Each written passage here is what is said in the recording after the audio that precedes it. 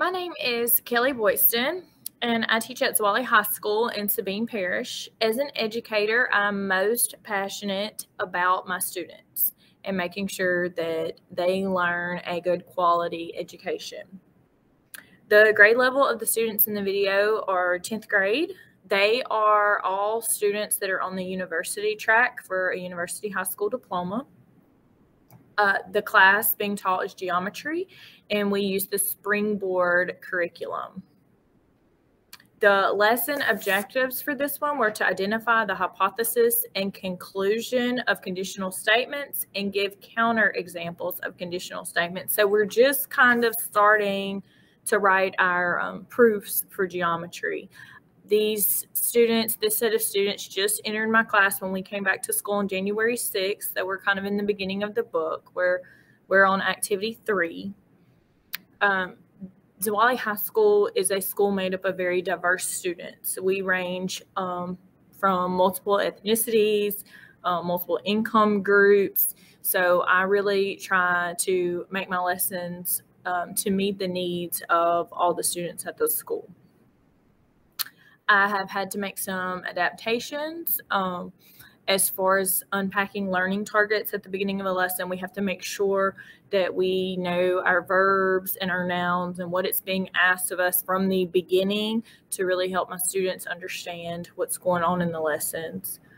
I always prepare by looking at the Springboard lesson plans. They're very good about giving lesson plans for that. We chunk lessons. I have found that my students learn quicker and better chunking lessons. So instead of doing an entire lesson, we'll do questions, for example, 1 and 2, stop, talk about it with our peers, check it, make sure that we're fully understanding. And I have found that that has really helped, especially my my diverse learners, because they can get help. They can get more help from that.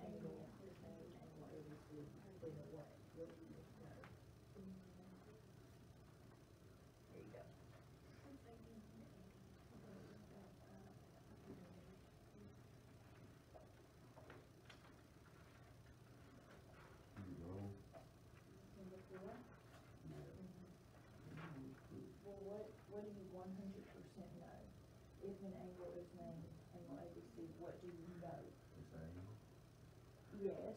And what do you know about the angle?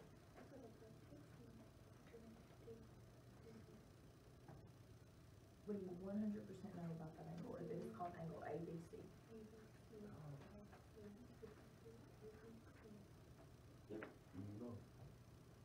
Where is B?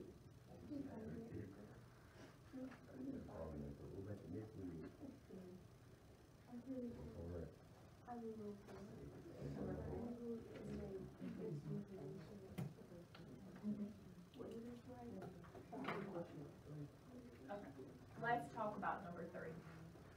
So number 3 says, if you can find an example for which both the hypothesis and the conclusion of a conditional statement are true, is the conditional statement itself necessarily true? It says if you can find an example, one example. If you can find one example that it's true, is the conditional statement true? No. Why no? Because like one of them is, you know, right, like another one is wrong. So you gotta, find out a couple of them.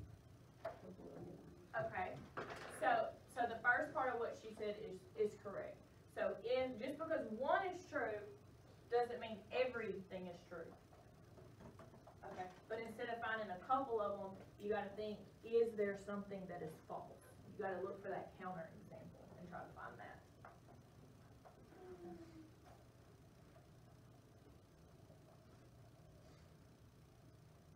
And then number 4, because I had a lot of questions on that one. Give an example of a true conditional statement that includes this hypothesis. An angle is named angle ABC. So when we have an angle named angle ABC, we know something is for sure true about that angle. What? The vertex is what? B. And how do you know that? Because when we write angle names, we always put the vertex in the center, in the middle. Okay? So if an angle is named angle ABC, then the vertex of the angle is B. That forms your if-then conditional.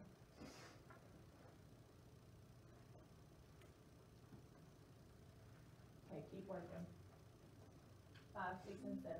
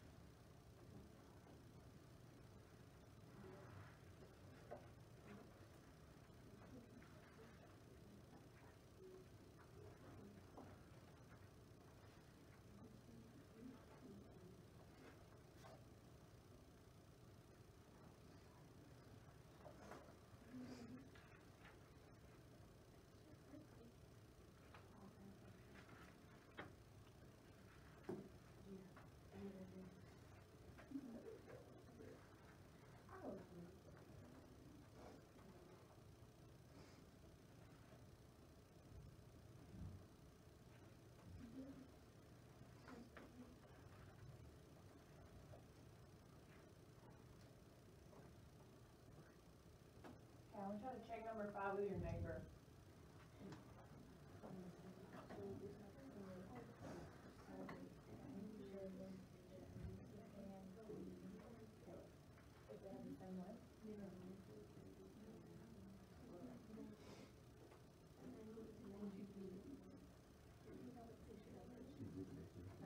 Is it the same way?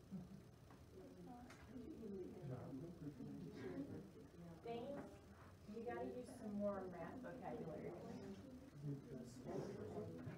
So there are two specific there's a specific term for angles that share vertex. We got to find the if then. You do have to write an if then. It has to be a conditional statement. It's some using the angle share vertex.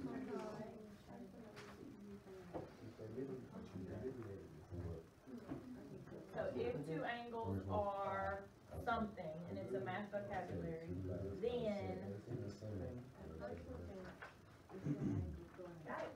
down. Oh my God. It seems easy. You don't know how about this. And see, now it's gonna set in the middle. That's G, and that's your vertex. It's going to be if two angles are something, then Oh, wait, what's there's a that word for that. What is that word?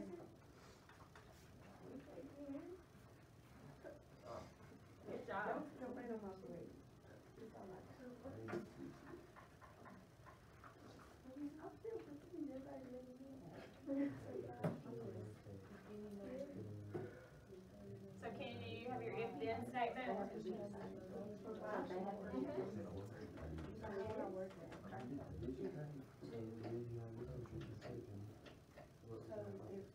What is conjecture? We talked about that one. Go back and look. Okay, so Kenny, can you give us our if-then for number 5? I said if two angles are adjacent, then the angles share a vertex. If two angles are adjacent, then the angles share a vertex. Adjacent was that word you had to recall.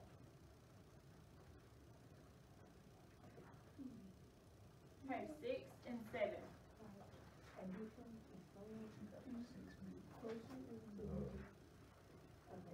And y'all can continue talking about them together. Over 3.